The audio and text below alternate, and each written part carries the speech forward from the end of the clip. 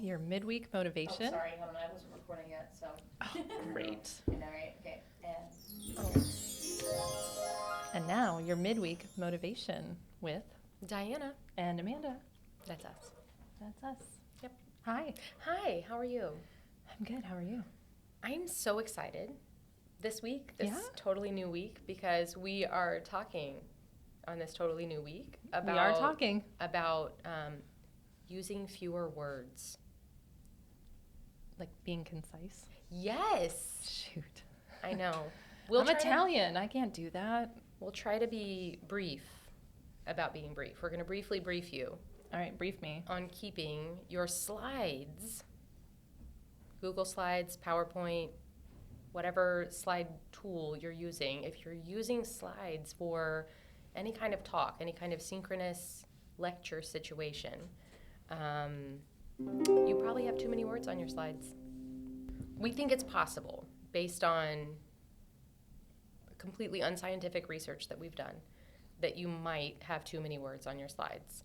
So the big key thing for this idea that we're sharing this week is that your students, your audience, your participants are either listening to what you're saying or reading what they're seeing. Mm-hmm.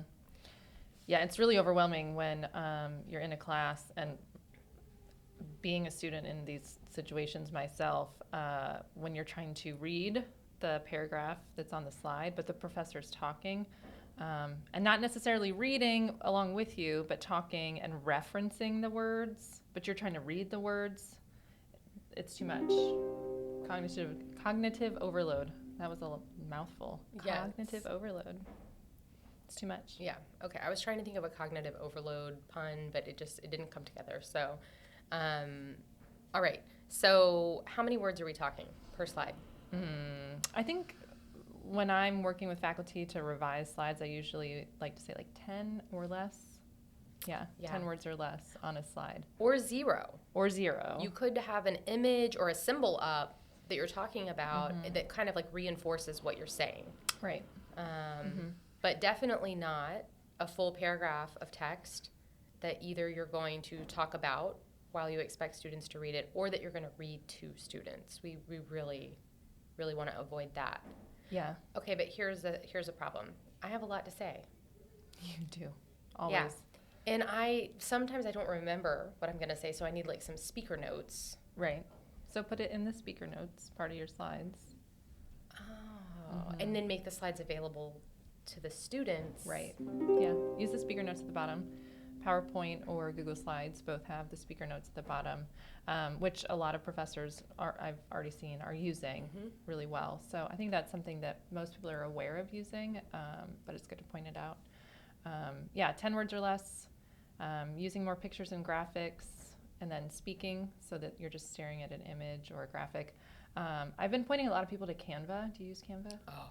Love Canva. Love Canva. I'm just kidding. I knew that. I knew you loved You Canva. knew. You're always You sending know. me your infographics. Devotee. So Canva is great because you can take the information you want to share, but put it in a more visually appealing way, and then put that on the slide instead of that.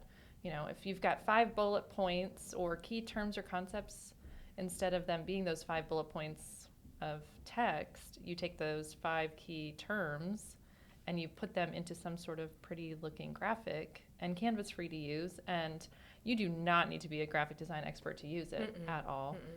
They have great templates that you literally could pick the template, change out some colors, and just change the text that's already there into what you want it to be, download as an image, and put it right into your PowerPoint. Easy peasy. That's a great tip. Thanks. I'm full of them.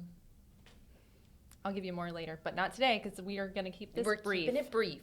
Brief. 10 words or less. Don't read from the slides. Yeah. Students cannot read and listen at the same time, so try to avoid that. Yeah, and make it pretty. If If that's your thing. Yeah. Yeah. And contact your STLI point of contact for slide review. Feedback, or if you want to learn more about Canva, we are here to help. Oh my gosh, we would love to talk to you about Canva. Call Diana. She'll Please do call Canva me all day. about Canva today. Yes.